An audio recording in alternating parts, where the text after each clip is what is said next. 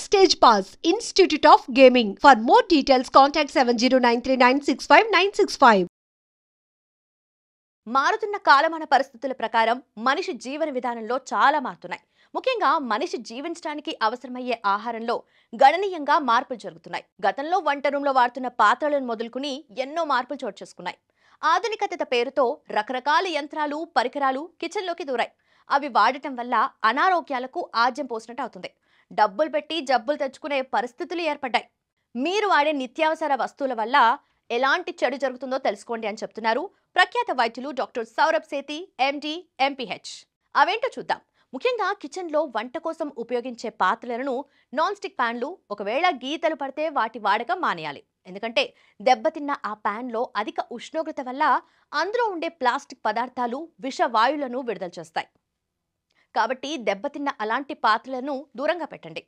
మరి దేన్ని వాడటం మంచిది అనే విషయానికి వస్తే సెరామిక్ పాత్రలు లేదా ఐరన్, స్టెయిన్లెస్ స్టీల్ పాత్రల వాడకం మంచిది. ఇక రెండో విషయానికి వస్తే ఆహార పదార్థాల్లో కృత్రిమమైన తీపి పదార్థాలు ఉన్న వాటిని తినటం మానేయండి. అవి తినటం వల్ల మీ జీర్ణ వ్యవస్థను పాడు చేస్తుంది. బ్లడ్ షుగర్ రావడానికి కారణభూతమవుతుంది. మరీ ముఖ్యంగా అలాంటి పదార్థాలను తినటం వల్ల బ్లడ్ షుగర్ వచ్చే ప్రమాదం ఉంది. గ్లూకోజ్ విషయంలో తేడాలు కలిగే విధంగా చేస్తాయి. కాబట్టి సహజ రీతిలో దొరికే ఫలాలను లేదా ఆవిరిలో ఉడికించిన వాటిని మాత్రమే తీసుకోండి. ముచ్చటగా మూడో విషయానికి వస్తే మరీ ముఖ్యంగా మనం తాగే నీటిని నిల్వ ఉంచడం కోసం ఎక్కువగా ప్లాస్టిక్ బాటిల్స్ ని వాడుతున్నాం. అవి వాడటం వల్ల కూడా ప్రమాదాలున్నాయి. అధికంగా వేడి ఉన్న పరిస్థితుల్లో ఆ బాటిల్స్ లో నీళ్లు తాగటం మంచిది కాదు. ఎందుకంటే ఆ బాటిల్స్ ఉండే రసాయనాల హార్మోన్లకు హాని కలిగించే పదార్థాలను విడుదల చేస్తాయి. కాబట్టి నీటిని నిల్వ ఉంచడానికి గానీ, తాగటానికి గానీ స్టెయిన్లెస్ స్టీల్ పాత్రలను గానీ, గాజు బాటిల్స్ ని కానీ ఉపయోగించండి.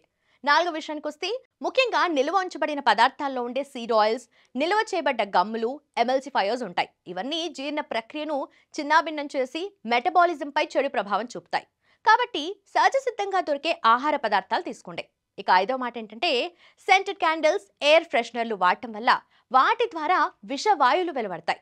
ఇవి మనిషి శరీరం లోపలికి ప్రవేశించి మనిషిలో ఉండే హార్మోన్స్ ను చెడగొట్టి శరీరంలో అలర్జీ, వాపు రావడానికి దోహదం చేస్తాయి. కాబట్టి ఎలాంటి సైడ్ ఎఫెక్ట్స్ లేని బీస్ వ్యాక్స్ క్యాండిల్స్ ను మంచి గాలి వచ్చే ప్రక్రియను పాటించడం మంచిదే. ఆరవ విషయానికి వస్తే మనం తినే పదార్థాల్లో ముఖ్యంగా నిలువ ఉంచిన మాంసకృతులను వాడకండి. అలా నిలువ ఉంచి వండుతున్న పదార్థాలు వికటించి జీర్ణ సమస్యలను తెస్తాయి. అంతేకాకుండా పెద్ద ప్రేగుకు క్యాన్సర్ వచ్చే అవకాశం కూడా ఉంటుంది. కాబట్టి మాంసకృతులు అప్పటికప్పుడు తెచ్చుకునేదే ఉడికించి తినడం మంచిది. ఇక ఏడవ విషయం ఏంటంటే మనం స్నానం చేసేటప్పుడు వాడే సబ్బులు, షాంపూల విషయానికి వస్తే ఆధునికంగా వచ్చే యాంటీ బ్యాక్టీరియల్ సబ్బులు వాడుతున్నారు. ఇవి మంచివి. ఇవి మంచిని పాడు చేసి చెడ్డ బ్యాక్టీరియాని ఉత్పత్తి చేస్తాయి. కాబట్టి దీని వలన చర్మానికే కాకుండా జీర్ణ వ్యవస్థకు కూడా కీడు కలిగే అవకాశం ఉంటుంది. వీలైనంత వరకు సాదా సబ్బులను, నీళ్లను మాత్రమే వాడటం మంచిదే. ఇక చివరగా ఎనిమిదవ జాగ్రత్త ఏంటంటే మనం వేసుకునే దుస్తుల విషయానికి సంబంధించింది. ఒకప్పుడు బట్టలు ఇంట్లో పాత పద్ధతుల్లో ఉతుక్కునేవారు లేదా రజకులకు వేసేవారు. ఇప్పుడు విరివిగా డ్రై క్లీనింగ్ షాపులు వెళ్తాయి. దాంతో చాలా మంది తాము వేసుకునే దుస్తులను పరుపు మీద పరుచుకునే బెడ్షీట్లను డ్రై క్లీనింగ్ కి వేస్తున్నారు. అలా చేయడం వల్ల కూడా ప్రమాదం ఉంది. లాండ్రీలలో వాడే పలు డిటర్జెంట్లు, సర్ఫ్లు మానవ హానికరమైన విషంతో నిండి ఉంటాయి. అవి బట్టల నుండి మానవ శరీరం మీదకి ప్రయాణిస్తాయి. తద్వారా అలర్జీస్ కు, హార్మోన్ల మార్పులకు హాని చేస్తాయి. కాబట్టి అలాంటివి వాడకుండా ఎలాంటి ప్రమాదాలకు చోటివ్వని పద్ధతిలో బట్టలను శుభ్రం చేయించుకోండి.